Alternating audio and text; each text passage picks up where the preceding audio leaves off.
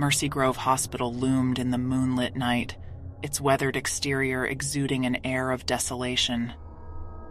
I hesitated before its entrance, my pulse quickening as I prepared to confront the darkness that lay within. This abandoned relic had stood for decades, a testament to the secrets it held, secrets that whispered of tragedy and horror. As a dedicated investigator of the supernatural, I was no stranger to fear, but Mercy Grove's haunted reputation cast a unique shadow.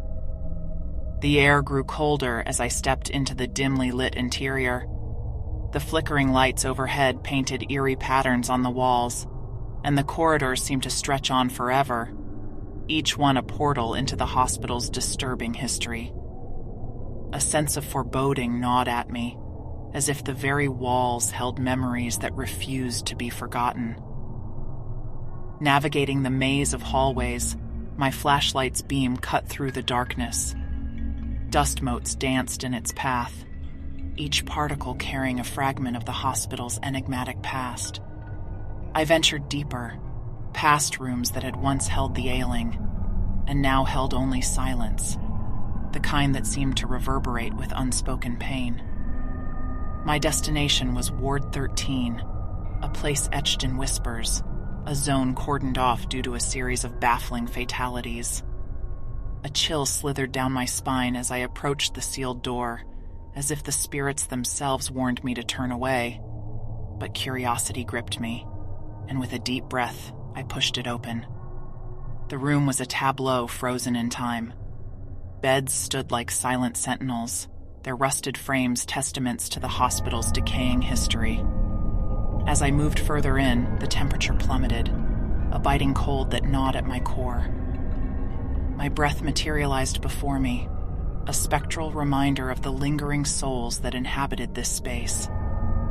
The sound of weeping filled the air, a mournful lament that seemed to emanate from the very walls themselves. My heart raced as I spun around, casting my flashlight's beam around the room.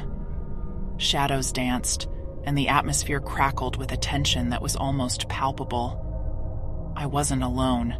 Something else was here with me. "Who's there?"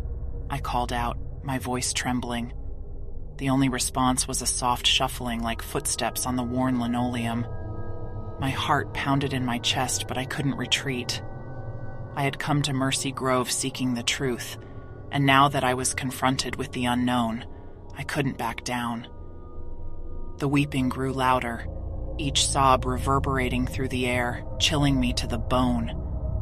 I traced the sound to a corner of the room, where an old, rusted bed frame stood.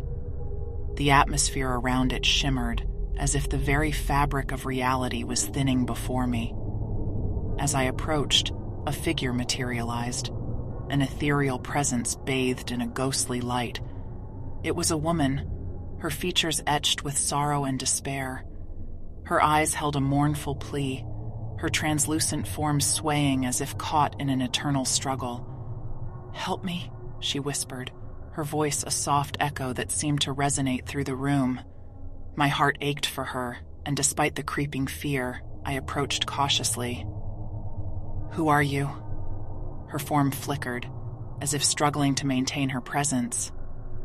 "Emily," she murmured, her voice laden with pain. I felt a wave of empathy wash over me, and I knew that I had to help her find peace. "Emily, what happened to you?" As if compelled by her tragic tale, she began to speak. Her story unfolded like a mournful ballad, a patient who had arrived at Mercy Grove with a mysterious ailment, only to be confined to Ward 13 as her condition deteriorated. Her voice trembled as she recounted her suffering, her voice almost lost in the echoes of time. "You must free me," Emily implored, her words a whisper that hung heavy in the air. "The darkness, it's consuming me." Determined to help her find release, I delved deeper into the history of Mercy Grove. I uncovered a trail of reports detailing unscrupulous experiments, patients subjected to unspeakable horrors in the name of science.